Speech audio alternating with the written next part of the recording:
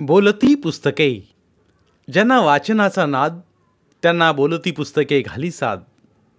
आमचं channel subscribe करा आणि सबस्क्राईब करायला इतरांनाही सांगा. नमस्कार श्रोते मित्र हो, बोलती पुस्तके सादर करीत आहे लेखक अब्दुल शेख लिखित कादंबरी फातेमा, भाग 11. रात्रीचे 11 वाजले. महसूल मंत्र्यांनी वाघमारे साहेबांना जवळ बोलावलं.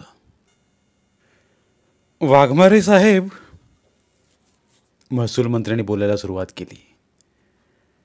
आज एका विशेष कामासाठी मी इथं थांबलो आहे. मीडियापासून काही एक लपून राहत नाही. दिवसा कुठेही मीटिंग केली असती तर मीडियाला सुगावा लागला असता आणि म्हणून इथं मुंबईच्या या अधिकाऱ्यांना थांबायला सांगितलं होतं. महसूल मंत्र्यांच्या बोलण्याचा अर्थ वाघमारे साहेबांना समजत होता. वाघमारे साहेब मन लावून ऐकत होते. तुम्हाला विशेष अधिकार दिले आहेत. चुकीचा वागणारा सरकारमधील कितीही मोठा नेता असो अथवा मागच्या सरकारमधील कोणताही नेता असो, त्यांची गय करू नका. कितीही मोठा सरकारी अधिकारी असो, कोणाचाही मुलाहिजा न ठेवता त्यांच्यावर कारवाई करा. केसेस दाखल करून गुन्हे नोंदवा. चुकीची कामे करणाऱ्यांना शासन व्हायलाच पाहिजे. जिथे जिथे फातेमा होती त्या शहरांना भेटी द्या. महसूल खात्याच्या अधिकाऱ्यांना विश्वासात घेऊन कोणाकोणाच्या किती जमिनी लाटल्या हे पाहून घ्या. कसलीही चूक नसताना हैदरला तुरुंगाची हवा खावी लागली असे अजून किती निष्पाप लोकांना फातेमाने आणि माजी मंत्र्यांनी फसवले हे शोधून काढा. एक वेळ गुन्हेगार सुटला तरी चालेल, पण निष्पाप लोकांना अडकवलेलं चालणार नाही. विद्यमान महसूल मंत्री तळमळीनं बोलत होते. मुंबईची टीम आणि वाघमारे साहेब महसूल मंत्र्याचे संभाषण लक्षपूर्वक ऐकत होते. मंत्री महोदय पुढे बोलताना म्हणाले, ही मुंबईची आमची विश्वासातली माणसं आहेत. यांना सर्वतोपरी मदत करा. तपास कामात हे पण तुमची मदत करतील. तुम्ही यांची मदत करा. वेळ प्रसंगी तुमच्यावर हल्ले होतील तेव्हा सावध राहा. आणखी बऱ्याच सूचना देऊन महसूल मंत्री निघून गेले. 10-1 मिनिटे आपसात चर्चा करून वाघमारे साहेब आणि मुंबईचा अधिकारी वर्ग झोपायला गेला. रात्री झोपायला बराच उशीर झाला होता, त्यामुळे सकाळी उशिरा जाग आली. चहा नाश्ता उरकून आम्ही सर्वजण मुंबईला जाण्यासाठी निघालो. सर्व वाहने एका मागोमाग भरधाव वेगाने धावत होती. आज युसूफ सोबत नव्हता. सुरेश आणि त्याचे साथीदार एका पोलीस व्हॅनमध्ये होते. 4 पोलीस कर्मचाऱ्यांसह वाघमारे साहेब आणि मी एका पोलीस गाडीत होतो. मुंबईच्या टीमच्या स्वतंत्र 2 गाड्या होत्या. पुणे ते मुंबई जेमतेम 3-3.5 तासांचा प्रवास. आपल्या निर्धारित गतीने रस्त्याने वाहने धावत होती. एकामागून एक गावे मागे जात होती. 2 तासांचा प्रवास होत आला होता. कुठेतरी थोडा वेळ थांबून मग पुढे जावं असं वाघमारे साहेबांना वाटत असतानाच एके ठिकाणी एक खेडूत हात करून गाड्यांना थांबवण्याचा इशारा करत होता. सर्वात समोर आमचीच पोलीस व्हॅन होती. तो खेडूत असे पोलीस व्हॅनला हात करून थांबवत होता म्हणजे तो हे कृत्य हेतू पुरस्कार करत होता हे निश्चित. वाघमारे साहेबांनी आपल्या चालकाला थांबायला सांगितलं. मागील सर्व गाड्या पण थांबल्या. तो खेडूत गाडीजवळ आला. हात जोडत नमस्कार करून म्हणाला, आपणच वाघमारे साहेब आहात का? आपलं नाव खेडूताच्या तोंडून ऐकून वाघमारे साहेबांना आश्चर्य वाटलं. हो, मीच वाघमारे आहे. पण तुम्हाला माझं नाव कसं माहीत? आणि असे रस्त्यात आम्हाला का थांबवलं? माझं नाव रमाकांत आहे. युसूफ मालकांनी तुम्हा सर्वांना त्या तिकडं 5 किलोमीटर अंतरावर असल्या फार्म हाऊसवर घेऊन येण्यास मला पाठवलं आहे. उत्तरेकडे जाणाऱ्या रस्त्याकडे हात करत रमाकांत म्हणाला. तिकडे दूर कुठेतरी रमाकांत म्हणत असलेला फार्म हाऊस असावा.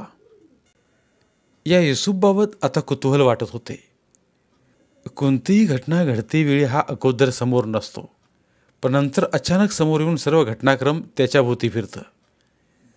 पंढरपूरच्या फार्म हाऊसवर नोकरासारखा वागणारा युसूफ अचानक समोर येतो काय आणि मंत्र्यांच्या मांडीला मांडी लावून बसतो काय? मंत्री महोदय फार्म हाऊस सोडून जाण्याच्या अगोदरच हा युसूफ फार्म हाऊसवरून निघून जातो काय? मंत्री महोदयांचे स्वागत केले तसे निरोप पण देणे आवश्यक होते. पण तो तर रात्रीच फार्म हाऊसवरून गेला होता. मंत्री महोदयाने जाताना युसूफबाबत चकार शब्दही उच्चारला नव्हता. म्हणजे युसूफ फार्म हाऊसवर नव्हता हे त्यांना अगोदरच पक्के माहीत असणार. काल पण जप्त केलेल्या फाईल्स घेऊन जाताना अचानक येऊन गाड्यांचा ताफा अडवला. हैदरच्या घरी सर्वांना सोबत नेऊन वाघमारे साहेबांचा वाढदिवस मोठ्या उत्साहाने साजरा केला. आणि आता इथे भर रस्त्यात पुन्हा गाड्या थांबून कुठल्या तरी फार्म हाऊस येण्यासाठी निरोप धाडला होता. युसूफ भोवतीचं गुढ वाढत चाललं होतं. आता या रमाकांत बरोबर जावं की न जावं हा विचार करत असतानाच रमाकांत पुढं म्हणाला, साहेब, तुमच्यासारखे अजून काही साहेब लोक येणार आहेत, तेव्हा विचार न करता चला माझ्यासोबत. आणखी साहेब लोक येणार आहेत म्हणजे नेमकं कोण येत असावं? रमाकांत म्हणतोय तर आता रमाकांत सोबत जायलाच हवं. विचार करत वाघमारे साहेबांनी रमाकांतला आपल्याच गाडी घेतलं. सर्व गाड्या रमाकांतने दाखवल्या वाटेनं निघाल्या. पंढरपूरच्या फार्म हाऊसपेक्षा हा फार्म हाऊस मोठा होता. सर्व सुखसोयी उपलब्ध होत्या. एका बाजूला गाड्या पार्क करून सर्वजण खाली उतरले. बसण्यासाठी खुर्च्या टाकल्या होत्या. फार्म हाऊसवर काम करणाऱ्या गडी माणसांनी सर्वांना पाणी आणून दिलं. थोड्या वेळानं केळी, पपई, चिक्कू अशी फळे खायला आणून दिली. सर्वांनी आनंदाने फलाहार केला. अर्धा पाऊण तास गेला असेल नसेल तो 4-5 कार आल्या. 20 माणसं गाड्यातून आली होती. हे कोण आणि इथं कशासाठी आले होते हे अद्यापही माहीत नव्हतं. एक व्यक्ती समोर आली. त्याने आपला परिचय करून दिला. मी ठाकूर, दिल्ली येथे कार्यरत आहे. ही माझी टीम. सोबत असणाऱ्या कर्मचाऱ्यांकडे हात करत ठाकूर साहेब पुढे बोलू लागले. आम्ही 2 दिवसांपूर्वी नाशिकला होतो. आमचे काम संपवून दिल्लीला जात असताना अचानक इथे पोहोचण्याचा आदेश युसूफ सरांनी दिला. म्हणून आम्ही सर्वजण आज इथे आलो आहोत. बोलत बोलत ठाकूर साहेबांनी विचारलं, सर दिसत नाहीत अजून आले नाहीत का? जणू काही एखादा बॉम्ब गोळा फुटून जमीन आणि माणसं हादरावीत तसं वाघमारे साहेब आणि मी हादरलो. काय म्हणाले ठाकूर साहेब? युसूफ सरांनी आदेश दिला म्हणून ठाकूर आणि त्यांची टीम इथं फार्म हाऊसवर आली? ठाकूर साहेब दिल्लीचे मोठे अधिकारी होते आणि हे ठाकूर साहेब युसूफला सर म्हणत होते. ठाकूर साहेबांनी युसूफला सर का म्हटलं असावं आणि युसूफ यांना कसा काय आदेश देऊ शकतो? तो काय कोणी बडा अधिकारी आहे का? आजपर्यंतच्या युसूफच्या वागण्यावरून तरी कधी वाटले नाही की युसूफ सरकारी अधिकारी असावा म्हणून. मग युसूफ कोणा सरकारी अधिकाऱ्याला आदेश कसा काय देऊ शकतो? जितका विचार केला तितका गुंता वाढत चालला होता. ठाकूर साहेबांनी पुढे सांगितलं, ते आणि त्यांची टीम नाशिकला गेली होती. नाशिकच्या आमदाराने प्रचंड भ्रष्टाचार करून ठेवला आहे. शेकडो एकर क्षेत्रावर अवैध कब्जा केला आहे. गुंडांना सोबत घेऊन दहशत माजून खंडण्या वसूल केल्या आहेत. मुंबईमध्ये पण भाई लोकांना हाताशी धरून अनेक गुन्हे केले आहेत. या सर्वांचा तपास करून मिळतील तितके पुरावे गोळा करून आणले आहेत. पुढे या नाशिकच्या आमदारावर आणि त्यांना साथ देणाऱ्या गुंडावर रितसर गुन्हे दाखल केले जातील. ठाकूर साहेबांनी दिलेली माहिती ऐकून थक्क व्हायला होत होतं. जनतेने निवडून दिलेले प्रतिनिधी जनतेची कामे करायची सोडून स्वतःच्या तुंबड्या भरत होते. अशा पुढाऱ्यांना शासन व्हायलाच पाहिजे. नागपूरच्या पालकमंत्र्यांनी पण खूप मोठा भ्रष्टाचार करून ठेवलाच आहे. पुण्याच्या आमदाराने केलेल्या भ्रष्टाचाराच्या फाईल्स तरी मिळाल्या आहेत. पुढे अजून किती जण सापडतील याचा नेम नाही. वाघमारे साहेब, मी, दिल्लीचे ठाकूर साहेब आणि मुंबईची पूर्ण टीम इथे युसूफच्या सांगण्यावरून जमा झालो होतो. पण युसूफचा पत्ता नव्हता. पुढं काय करायचं हे कोणालाही माहीत नव्हतं. मुंबईला निघालेले सर्व अधिकारी या फार्म हाऊसवर खोळंबून राहिले होते. रमाकांतला आज या फार्म हाऊसवर किती लोक येणार आहेत याची कल्पना असावी. त्यानं सर्वांच्या जेवणाचा चोख बंदोबस्त केला होता. सर्वांची जेवणं उरकत आली होती. इतक्यात एक आलिशान कार आली. कारमधून युसूफ आला. त्याचा पेहराव पाहून त्याच्याकडे पाहतच राहावं असं वाटत होतं. अत्यंत साधा धुळीनं माखला कुर्ता पायजमा अंगावर होता. पायात मळके चप्पल होते. केस विस्कटलेले होते. केसांवर धूळ होती. असं वाटत होतं हा कुठेतरी वीटभट्टीत हमाली करून आला असावा. त्याच्या अवताराशी या महागड्या कारचा मेळ बसत नव्हता. एखादा बडा अधिकारी कारमधून उतरेल अशी कल्पना करावी आणि अवचितपणे आतून भिकारी उतरावा असं झालं होतं. सर्वजण आश्चर्याने युसुफकडे पाहू लागले. एक मंद स्मित करत सर्वांना थोडं थांबण्याची खूण करत युसुफ बाथरूममध्ये शिरला. कारचा चालक आता प्रथमच आमच्या समोर आला. एखाद्या वरिष्ठ अधिकाऱ्यांच्या ड्रायव्हरने घालावी अशी पांढरी शुभ्र वर्दी त्याच्या अंगावर होती. हातात एक सुटकेस घेऊन तो युसुफ गेला होता त्या बाथरूम बाहेर अदबीने थांबला.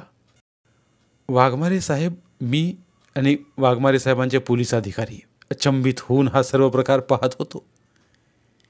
दिल्लीची टीम मात्र शांत बसून होती. जणू युसुफच्या या अवताराने त्यांना काही फरक पडला नाही. युसुफला अशा रूपात पाहण्याची जणू त्यांना सवयच होती. 10च मिनिटात युसुफ अंघोळ करून कपडे बदलून आला. अंगावर कपडे बदलल्यामुळे आता कुठे युसुफ माणसात आल्यासारखा वाटत होता. सर्वांना गोल खुर्च्या टाकून बसायला सांगून स्वतःही बसला.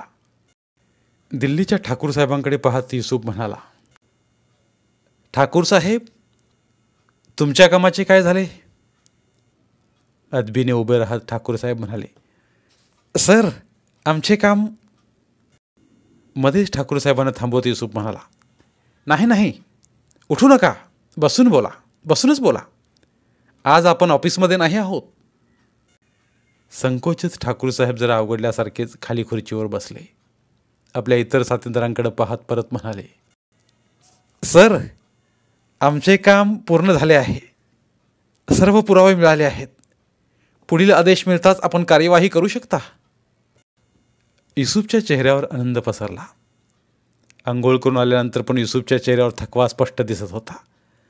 पण आता ठाकूर साहेबांच्या बोलण्याने युसुफचा चेहरा आनंदाने उजळून निघाला.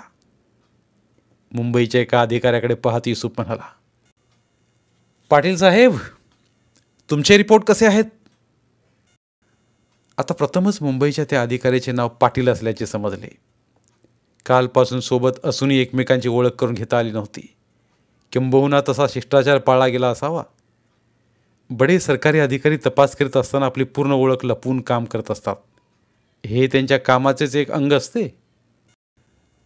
पाटील साहेब पण अदबीने उठून युसुफच्या प्रश्नाचे उत्तर देणार इतक्यात युसुफने त्यांना हाताच्या इशाऱ्याने उठण्यापासून रोखलं आणि म्हणाला, बसूनच बोला. उठता उठता पाटील साहेब परत खुर्चीवर बसले. सर, काल पुण्यातील आमचं काम पण पूर्ण झाले आहे. सर्व पुरावे फाईलच्या रूपात या पोलीस अधिकाऱ्यांच्या निगराणीत पोलीस मुख्यालयात सुरक्षित ठेवले आहेत. वाघमारे साहेबांकडे पाहत पाटील साहेब पुढे म्हणाले, काल आपण. युसुफने त्यांना बोलण्यापासून रोखले. कदाचित दिल्लीच्या अधिकाऱ्यापुढे आपण काल पुण्यात मुंबईच्या टीमसोबत होतो हे उघड होऊ द्यायचं नसेल. या पोलीस अधिकाऱ्यांचं नाव वाघमारे साहेब आहे. यांना गृहमंत्रालयातून विशेष अधिकार दिले गेले आहेत. कितीही मोठा सरकारी अधिकारी असो अथवा कोणताही राजकीय नेता असो, हे त्या सर्वांची चौकशी करू शकतात. आजपर्यंतच्या इतिहासात असे अधिकार कोणत्याही पोलीस अधिकाऱ्याला दिले गेले नव्हते. पण आता वाघमारे साहेबांना असे अधिकार दिले गेले आहेत. वाघमारे साहेबांकडे पाहत युसुफ पुढे म्हणाला, साहेब, कॉलेज जीवनापासून मी तुम्हाला ओळखतो. तुमच्या प्रामाणिकपणाची मला पूर्ण कल्पना आहे. तुम्ही आजपर्यंत अत्यंत धाडसी निर्णय घेऊन खूप अवघड दिसणाऱ्या केसेसही निकाली काढल्या आहेत. गुंतागुंतींच्या केसेस आपले कसं वापरून सहज हाताळल्या आहेत तुम्ही. तुमच्या खात्यात एक सच्चा प्रामाणिक अधिकारी म्हणून तुमची ओळख आहे. तुमच्याकडून पुढेही हीच ओळख कायम राहील अशी अपेक्षा आहे. इथून पुढे आपल्यावर खूप दबाव टाकण्यात येतील. जीवाला धोका उद्भवू शकतो. तेव्हा सावध राहून काम करायला तयार राहा. युसुफचा एक एक शब्द जीव ओतून सर्वजण ऐकत होते. वाघमारे साहेब भारावून जाऊन युसुफकडे पाहत होते. युसुफचे नवे रूप पाहून वाघमारे साहेब स्तंभित झाले होते. आपली स्तुती ऐकून अवघडून गेले होते. काय बोलावं हेही सुचत नव्हतं. एकटक युसुफकडे पाहत वाघमारे स्वस्थ बसून होते. आज इथून पुढे आपण एक टीम बनून पुढे जाणार आहोत. एक टीम बनून कामे करणार आहोत. वाघमारे साहेब यांची वेगळी टीम, ठाकूर साहेबांची वेगळी टीम किंवा पाटील साहेब यांची वेगळी टीम असणार नाही. आज तुम्ही ज्या हुद्द्यावर कार्यरत आहात तिथून तुम्हाला कार्यमुक्त केलं आहे. तुमची नेमणूक एका विशेष कामगिरीसाठी जास्तीचे अधिकार देत करण्यात आले आहे. तेव्हा यापुढे आलेले आदेश काळजीपूर्वक पाहून त्या आदेशांची अंमलबजावणी यशस्वी होईपर्यंत शांत बसू नका. युसूफ एक एक पाऊल समजावून सांगत होता आणि सर्व अधिकारी वर्ग लक्षपूर्वक ऐकत होते. मुंबई शहर दुपारी 2 वाजता. हैदरच्या घरात वाघमारे साहेब आणि त्यांची पूर्ण टीम धाड छापा टाकण्यासाठी तयार होत होती. ठाकूर साहेब आणि पाटील साहेब हैदरच्या घरीच थांबणार होते. मुंबईतील 2 गुंडांच्या मुसक्या आवळण्यासाठी वाघमारे साहेब निघाले होते. अनेक गुन्ह्यात हवा असणारा शकील आणि त्याचा साथीदार नाम्या यांना आज जेरबंद करायचं होतं. मुंबईच्या क्राईम ब्रांचचे 4 हत्यारबंद पोलीस अधिकारी मदतीला होते. या अधिकाऱ्यांना जिथे शकील राहत होता त्या भागाची खडानखडा माहिती होती. सर्व तयारी पूर्ण झाल्याची खात्री पडताच वाघमारे साहेब आणि इतर पोलीस कर्मचारी हैदरच्या घरातून बाहेर पडले. पोलीस स्टेशनमधून रीतसर नोंद करून कार्यवाही सुरू करावी, तर शकीलला पोलीस आपल्याला पकडायला येत आहेत हे समजण्याचा धोका होता. पोलीस खात्यातील काही अधिकारी शकीलपर्यंत माहिती पोचवू शकत होते. आज कसल्याही परिस्थितीत शकीलला हातातून निसटून जाऊ द्यायचं नव्हतं. युसूफने सावधगिरी बाळगावी म्हणून आधीच सांगितलं होतं. गुंडांची माहिती पोलिसांना देणारे जसे खबरे असतात, तसेच पोलिसांच्या हालचालीची माहितीही देणारे खबरे गुंडांकडे पण असतात. आजच्या कार्यवाहीचा सुगावा शकीलला लागला तर तो भूमिगत होऊ शकतो. पुन्हा लवकर त्याचा ठाव ठिकाणा मिळणं कठीण होऊन जाणार. म्हणून आजच शिताफीने शकीलला अटक करणं गरजेचं होतं. काल रात्री उशिरा वाघमारे साहेब, ठाकूर साहेब आणि पाटील साहेब आणि सोबतचे सर्व कर्मचारी मुंबईला पोहोचले होते. गोपनीयता पाळली जावी यासाठी शासकीय विश्रामगृहात जाणीवपूर्वक थांबण्याचे टाळले होते. पुढील कामाची दिशा ठरवणे गरजेचे असल्याने सर्वजण चर्चा करीत होते. सुरेश आणि त्याचे साथीदार निवांत बसून चहाचा आस्वाद घेत होते. या सरकारी अधिकाऱ्यांच्या कामाशी आपला कसलाही संबंध नाही अशा आविर्भावात ते वागत होते. महसूल खात्याच्या कोणत्या कार्यालयापासून तपासाची सुरुवात करावी यावर चर्चा घडून येत होती. ठाकूर साहेबांचं मत कल्याणीतील कार्यालयावर कार्यवाही करावी असं होतं, तर पाटील साहेबांचा कल ठाण्याच्या कार्यालयावर होता. एकमत होत नव्हते. 2 अधिकारी 2 वेगळ्या मार्गाने जाण्याचा प्रयत्न करत होते. कोणत्या कार्यालयाची झडती घ्यायची हे ठाकूर साहेब आणि पाटील साहेब हे दोघेच ठरणार होते. ठाकूर साहेब आणि पाटील साहेब यांच्यासोबत बंदोबस्तासाठी वाघमारे साहेब सोबत असणार होते. हैदरच्या घरातील फोन वाजला. सुरेशच्या एका साथीदाराने फोन घेतला. जेमतेम 1 मिनिट फोनवर बोलला. फोन ठेवून तो सुरेशला म्हणाला, दादा, रम्याचा फोन होता. तो कुठंतरी घंटी वाजली म्हणत होता. मला नक्की काय ते कळले नाही, पण घंटी वाजली असंच म्हणत होता. सुरेश झटकन उठला. त्याच्या हातातील चहाचा कप खाली पडून फुटला. कपाच्या फुटण्याच्या आवाजाने सर्वांचे लक्ष सुरेशकडे गेले. सुरेशचे हावभाव कमालीचे बदलत गेले.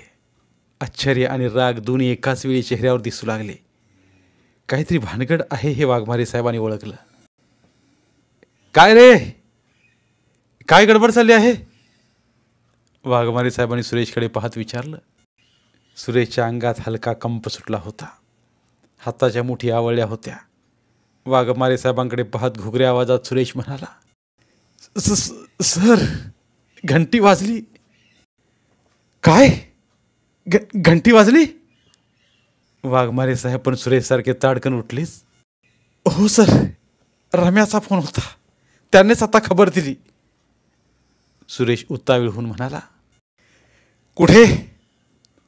अतिउत्साहाच्या भरात वाघमारे साहेबांचा कंठ सुकला. ते एकच शब्द उच्चारू शकले. सुरेश फोन घेणाऱ्या आपल्या साथीदाराकडे पाहू लागला. तसा तो म्हणाला, अर्ध्या तासात पुन्हा फोन येणार आहे. वाघमारे साहेबांनी आपल्या टीमला ताबडतोब तयारी करण्यास सांगितलं. 4 पोलीस शिपाई, 2 इन्स्पेक्टर सोबत होते. सर्वांकडे शस्त्रे होती, तरी अजून जास्तीची कुमक हवी होती. फातेमाचा खून होऊन आठवडा उलटला तरी अजून मारेकऱ्यांचा शोध लागला नव्हता. स्थानिक पोलीस आपल्या कामात हैगे करत असावीत अशी शंका येत होती. शेवटी ही केस मुंबईच्या गुन्हे अन्वेषण विभागाकडे सोपवण्यात आली आणि 4 दिवसांच्या अथक प्रयत्नांनी फातेमाचा संशयित मारेकरी म्हणून शकीलचं नाव निश्चित केलं होतं. पोलिसांनी शोध मोहीम हाती घेऊन शकीलचा शोध घेतला, पण शकील हाती लागत नव्हता. पोलीस आपला माग काढत येणार याची शकीलला खात्री होती. शकील शक्यतोवर बाहेर पडत नव्हता. बाहेर पडायची गरज भासलीच तर शकील बाहेर पडताना विशेष खबरदारी घेत होता. नाही म्हटलं तरी शेवटी सुरेश फातेमाचा नवरा होता. शकीलबाबत सुरेशला माहिती देण्यात आली होती. सुरेशने आपल्या परीने शकीलचा शोध घेण्यास सुरुवात केली. आपली माणसं सर्व दूर पेरली. शकीलची माहिती देणाऱ्यास मोठ्या रकमेचे आमिष दाखवले. साहजिकच गुन्हेगारी प्रवृत्तीचे गुंड पैशाच्या आमिषाला बळी पडून शकीलचा शोध घेऊ लागले. सुरेशचाच एक साथीदार रम्या हा सतत सुरेशसोबत मुंबईच्या वाऱ्या करायचा. सततच्या येण्या जाण्याने रम्या मुंबईच्या गुन्हेगारी जगतात चांगलाच रमला. शकीलसोबत त्यालाही माहिती मिळाली. सुरेशच्या बायकोचा मारेकरी म्हणून शकीलचा शोध सुरू झाला. शकीलला पकडून त्याची नळी ठेचायची, शकीलची घंटी वाजवायची म्हणून रम्या मुंबईभर फिरत होता. गुंडांची माहिती गुंडांना लवकर लागणार हे निश्चित होतं. सुरेश नेहमी मुंबईत हैदरच्या घरी येत जात असतो हे रम्याला माहीत होतं. नेमकं आज सुरेश मुंबईत यायला आणि रम्याने फोन करायला गाठ पडली. रम्याने आपल्या सांकेतिक भाषेत शकीलचा सुगावा लागला म्हणून घंटी वाजली असे सांगितले. ही सांकेतिक भाषा वाघमारे साहेबांना पण माहीत होती. सुरेशने घंटी वाजली म्हणून सांगताच वाघमारे साहेब ताडकन उठले होते. आपल्या माणसांना ताबडतोब तयार होण्यास सांगितले. इतकी मोठी कार्यवाही करायची तर वरिष्ठांना अंधारात ठेवून चालणार नव्हते. कार्यवाही दरम्यान एखाद्याचे बरे वाईट झालेच तर खापर आपल्या डोक्यावर फुटेल याची कल्पना वाघमारे साहेबांना होती. वाघमारे साहेबांनी आपल्या विश्वासातील वरिष्ठ अधिकाऱ्यांना रिपोर्ट केला. सोबत आपल्याला मदत हवी आहे हेही कळवलं. त्यानुसार क्राईम ब्रांचचे हत्यारबंद 4 अधिकारी मदतीला मिळाले होते. सुरेशने सोबत येण्याचा हट्ट पकडला. कितीही समजावले तरी तो ऐकेना. शेवटी सुरेश आणि त्याचे 4 साथीदार सोबत घ्यायचे ठरले. वाघमारे साहेब स्वतः त्यांचे 4 शिपाई आणि 2 इन्स्पेक्टर असे 7 जण आले. मुंबईचे 4 हत्यारबंद अधिकारी, सुरेश आणि त्याचे 4 साथीदार असे 9 जण झाले. 16 माणसांची टीम तयार झाली. सर्व पोलीस अधिकारी आणि शिपाई साध्या वेशात होते. 3 टॅक्सी मागून घेतल्या. रम्याचा फोन येताच निघायचं होतं. अर्धा तास म्हणत म्हणत 1 तास होऊन गेला. रम्याच्या फोनची वाट पाहत सर्वजण ताटकळत उभे होते. शेवटी फोन आला. शकील लपला होता त्या जागेचा पत्ता मिळाला. रम्याने दिलेल्या पत्त्याच्या अगोदरच काही अंतरावर टॅक्सी थांबवण्यात आली.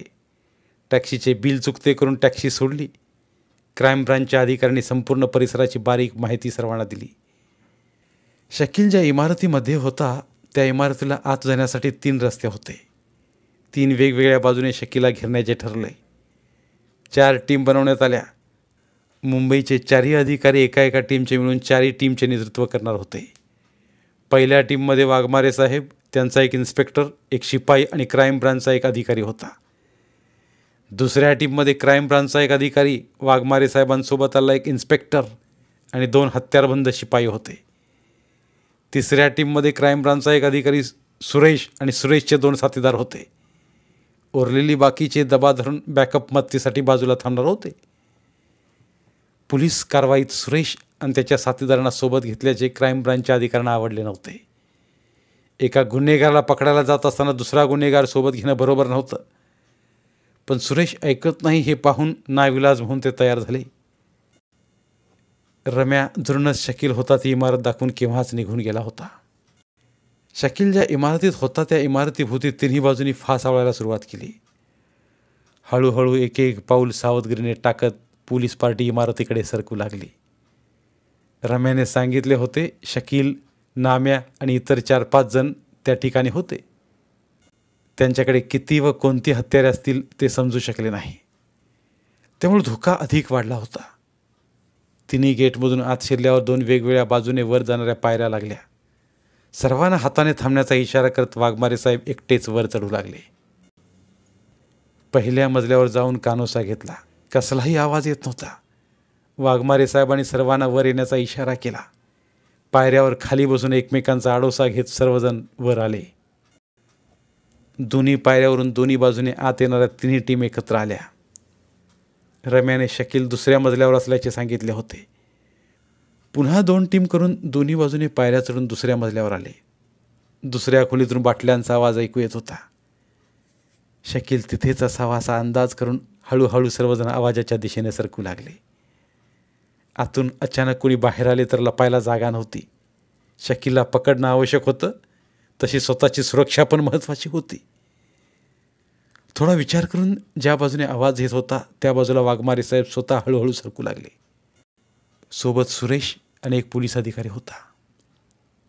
ज्या खोलीतून आवाज येत होता ती खोली आतून बंद होती. खोलीचे दार ओलांडून 4 पावलं पुढे जाऊन वाघमारे साहेब थांबले. अजून दोघांना जवळ बोलावून दरवाजाच्या दुसऱ्या बाजूला थांबण्यास इशारा केला. आता दार तोडून आत शिरायचं असं एकमेकांना इशाऱ्यानं सांगितलं. पोलीस अधिकारी दार तोडायला सरसावणार इतक्यात सुरेशने त्यांना थांबण्याचा इशारा केला. पोलीस अधिकारी थोडा घुटमाळला. सुरेशने पुन्हा त्यांना दरवाजा न तोडण्याचा इशारा केला. पोलीस अधिकारी 1 पाऊल मागे सरकला. सुरेश पुढे झाला. दारावर सांकेतिक भाषेत 3दा टकटक केली. आतून येणारा आवाज तसाच येत राहिला. सुरेशने पुन्हा दारावर सांकेतिक भाषेत 3दा टकटक केली. यावेळी आतून येणारा आवाज थोडा कमी झाला. आतून कोणीतरी एक शिवी हसडल्याचा आवाज आला. खुर्ची ढकलून उठत कोणीतरी दरवाजाकडे येऊ लागला. आतून कडी काढण्याचा आवाज ऐकू आला. तसे सगळेच सावध झाले. हातातील हत्यार दरवाजावर रोखून धरले.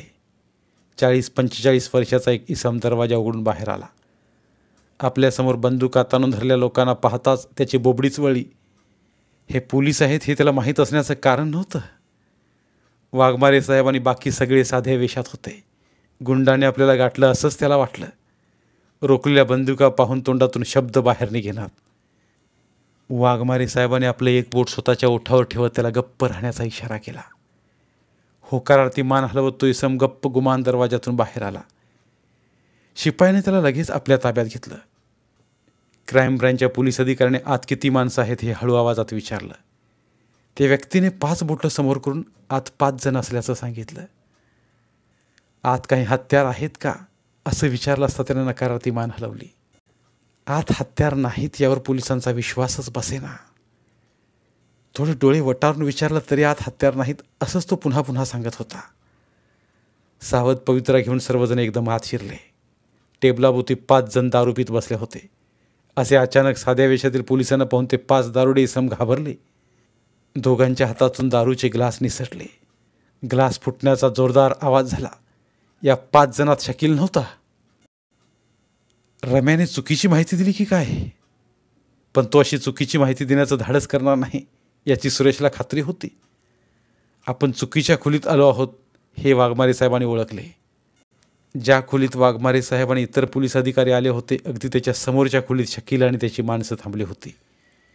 ग्लास फुटण्याचा जोरदार आवाज शकील होता त्या खोलीपर्यंत आला. शकील सावध झाला. त्यानं आपल्या माणसांना सावध केलं. बाहेर नेमकं काय चाललं हे पाहण्यासाठी एक गुंड हळूच बाहेर डोकावून पाहू लागला.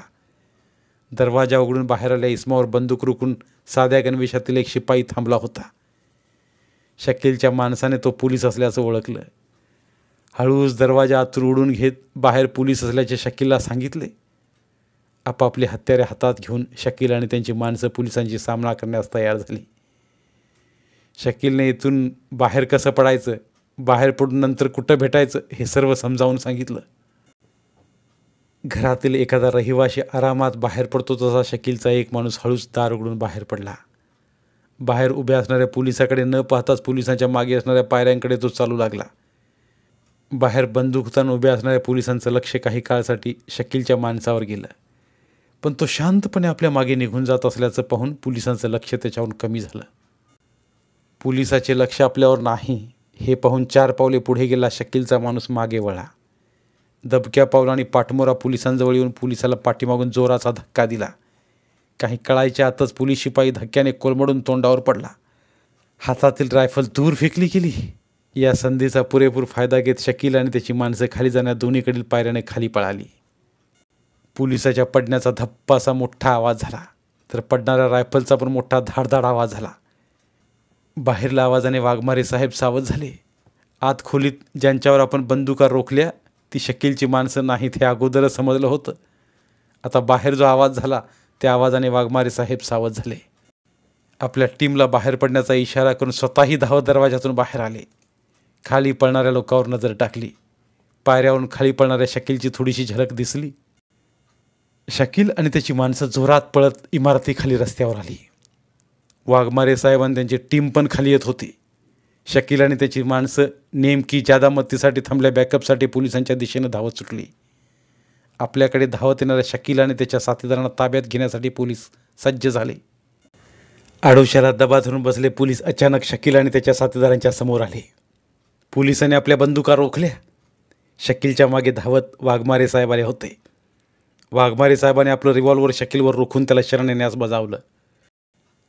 आता आपण पुरते अडकलो गेलो आहोत याची जाणीव होताच पोलिसांना शरण न येता शकील चवताळून उठला. शकीलच्या हातात गावठी पिस्तूल होते. त्याने ते पोलिसावर रोखले. शकीलचे अनुकरण त्याचे साथीदार न करतील तरच नवल. शकीलच्या साथीदारांनी पण पोलिसावर आपल्या बंदुका रोखल्या. गावठी पिस्तुलाने शकीलने एक बार पोलिसांकडे टाकला. मोठा आवाज होऊन पिस्तुलाची गोळी समोर उभ्या असल्या एका पोलीस शिपाईच्या दंडाला चाटून गेली. पोलीस शिपाई जखमी झाला. त्याच्या हातातील रायफल खाली पडली. जखमी झालेला हात दुसऱ्या हाताने सांभाळत तो खाली बसला. दुसऱ्या शिपायाने जखमी शिपायाला सावरत आडोशाला आणलं. आपला माणूस जखमी झाल्याचं पाहताच पोलिसांच्या रागाचा पारा चढला. वाघमारे साहेबांनी फायरिंगचा आदेश ओरडून दिला. गोळ्यांना उत्तर गोळ्यांनीच दिलं जाऊ लागलं. शकील आणि त्याची माणसं रस्त्यावर उघडी होती. त्यांना लवकर आडोसा मिळेना.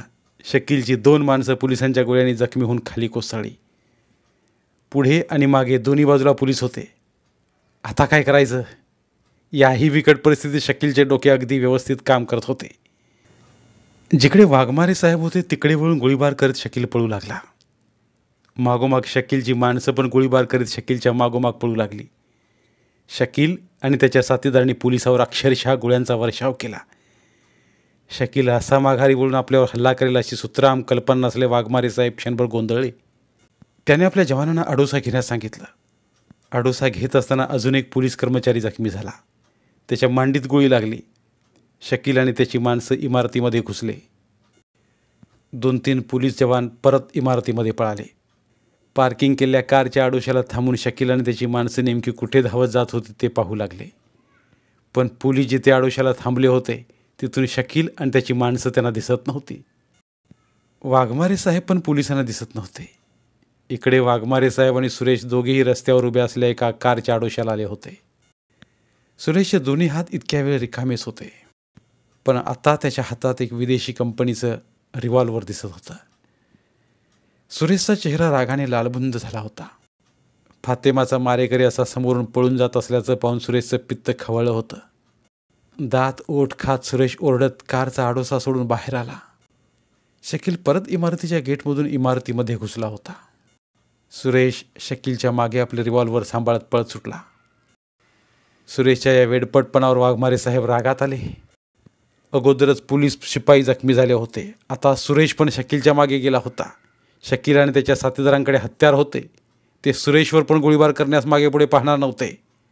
सुरेशचा जीव धोक्यात होता. आपल्या ताब्यात असला कैदी मारला गेला तर वाघमारे साहेबावर केवढी नामुष्की ओढवली असती. खात्यामार्फत चौकशी होऊन वाघमारे साहेबांची नोकरी धोक्यात येणार होती. सुरेशला शकीलच्या मागे पळण्यापासून रोखणं आवश्यक होतं. कारचा आडोसा सोडून वाघमारे साहेब बाहेर आले. सुरेशच्या मागोमाग इमारतीच्या गेटमधून इमारतीमध्ये दाखल झाले. 5-6 कार पार्क केलेल्या होत्या. एका कारच्या मागे 2 पोलीस शिपाई आडोशाला असले वाघमारे साहेबांनी पाहिले. आडोशाला दबा धरून बसले शिपाई शोधक नजरेने इकडे तिकडे पाहत होते. वाघमारे साहेबावर नजर जाताच त्यांना थोडा हुरूप आला. सावधपणे ते वाघमारे साहेबांच्या जवळ आले. वाघमारे साहेबांनी शकील कोणत्या दिशेला पळाला हे विचारलं. पण या पोलिसांनी शकीलला पाहिलं नव्हतं. इमारतीला आधारासाठी उभ्या असलेल्या खांबाचा पिलरचा आडोसा घेत शकील इमारतीच्या दुसऱ्या गेटने समोरच्या दुसऱ्या इमारतीच्या पार्किंगमध्ये शिरला होता. पहिल्या इमारतीपेक्षा या दुसऱ्या इमारतीच्या पार्किंगमध्ये गाड्या जास्त पार्क केल्या होत्या. एक कारचा आडोसा घेत शकील आणि त्याची माणसं दबा धरून बसले. सुरेश मागोमाग होताच. सुरेशला दबा धरून बसले शकीलची माणसं दिसत नव्हती. स्वतः सुरेश कारचा आडोसा घेत शकीलला शोधू लागला. शकीलच्या एका माणसाची नजर सुरेशवर पडली. त्याने त्याचे गावठी पिस्तूल सुरेशवर रोखले. नेम धरून सुरेशवर गोळी झाडली, पण त्याचा नेम चुकला. गोळी सुरेशला न लागता सुरेशपासून काही इंच अंतरावर दूर कारवर आदळली. सुरेश सावध झाला. अजून जास्त सावधगिरी घेत अडोसा घेऊन गोळी आली त्या दिशेचा कानोसा घेऊ लागला. इकडे बंदुकीने गोळी झाडल्याचा आवाज वाघमारे साहेबांपर्यंत पोहोचला. आवाज आला त्या दिशेने वाघमारे साहेब धावू लागले. मागोमाग इतर पोलीस कर्मचारी आणि अधिकारी पण धावू लागले. समोर सुरेश आडोशाला थांबला दिसला. अजून वाघमारे साहेब सुरेशपासून दूर अंतरावर होते. शकीलने वाघमारे साहेबांना पाहिले. परत पोलिसांना समोर पाहून शकील निसटून जाण्याचा मार्ग शोधू लागला. मागे गॅरेजचे शटर दिसत होतं. हळूहळू शकील गॅरेजकडे सरकू लागला. वाघमारे साहेबांना शकील दिसला. वाघमारे साहेब शकीलच्या दिशेने हळूहळू आडोसा घेत जाऊ लागले. ही बाब शकीलच्या लक्षात आली. त्याने परत पिस्तूल काढून वाघमारे साहेबांकडे गोळी झाडली. गोळी इमारतीच्या पिलरवर आपटली. वाळूचे बारीक कण हवेत उडाले. उडालेला वाळूचा एक कण नेमके वाघमारे साहेबांच्या उजव्या डोळ्यावर आपटला. गपकन डोळे झाकले गेले. डोळ्यांसमोर अंधार पसरला. उभ्या असलेल्या कारच्या टायरला अडकळून वाघमारे साहेब खाली पडले. हातातील रिव्हॉल्वर पण खाली पडले. शकीलने वाघमारे साहेब खाली पडल्याचं पाहिलं. तो मागं वळून गॅरेजकडे जात होता. पण आता साहेब पडल्याचं पाहून शकील माघारी फिरला. शकीलच्या ओठावर विखारी हास्य तरळलं. वाघमारे साहेबांना मारण्याची नामी संधी चालून आली होती. वाघमारे साहेबांना मारण्यासाठी शकील पुढे सरसावला. शकीलने झाडल्या गोळ्यांचा आवाज होताच पोलीस अधिकारी आडोसा घेऊन खाली बसले. वाघमारे साहेब पडल्याचे त्यांना दिसले नाही. कारच्या आडोशाला वाघमारे साहेब पडले होते. त्याच्या विरुद्ध दिशेने पोलीस अधिकारी पुढे सरकू लागले. एका कारच्या मागे शकीलची 2 माणसं लपल्याचे दिसत होतं. त्या दोघांना पकडण्यासाठी पोलीस अधिकारी पुढे झाले. सुरेशने वाघमारे साहेबांना खाली पडताना पाहिलं होतं. साहेबांना सावरण्यासाठी सुरेश साहेबांकडे येत असतानाच शकील साहेबांकडे पिस्तूल ताणून येत असल्याचं सुरेशनं पाहिलं. शकील आता वाघमारे साहेबांच्या जवळ पोहोचला होता. सुरेश अजूनही थोड्या दूर अंतरावर होता. सुरेशच्या अगोदर शकील साहेबांच्या जवळ लवकर पोहोचणार होता. वाघमारे साहेबांचे प्राण संकटात सापडले होते. सुरेशला वाचवण्याच्या प्रयत्नात असले वाघमारे साहेब स्वतःच मृत्यूच्या दाढेत ओढले जाणार होते. शकील वाघमारे साहेबांच्या जवळ पोहोचला. वाघमारे साहेब अजूनही आपला उजवा डोळा हाताने धरून उठून बसण्याचा प्रयत्नात होते. शकील आपल्याजवळ मृत्यूचा दूत बनून पोहोचला असल्याचं वाघमारे साहेबांना माहीत नव्हतं. शकीलने पिस्तूल दोन्ही हातांनी समोर धरून वाघमारे साहेबावर नेम धरून गोळी झाडली. त्याचवेळी क्षणभर अगोदर अजूनही गोळी झाडल्याचा आवाज वातावरणात घुमला. एका मागोमाग 2 गोळ्या झाडल्या गेल्या होत्या. एक गोळी शकीलने झाडली होती. दुसरी गोळी कोणी झाडली आणि कोणावर झाडली गेली असेल? दोन्ही गोळ्या झाडल्याचा आवाज संबंध इमारतीमध्ये घुमत राहिला.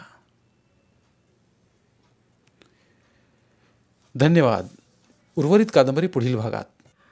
मराठीतील प्रतिभावंत लेखकांचं साहित्य, कथा, कादंबऱ्या ऐकण्यासाठी आमचं बोलती पुस्तके हे चॅनल सबस्क्राईब करा आणि मराठी साहित्याचा प्रसार करण्यासाठी प्रत्येक मराठी माणसाला सबस्क्राईब करण्यासाठी आवाहन करा आणि बोलती पुस्तके या साहित्य चळवळीत सहभागी व्हा.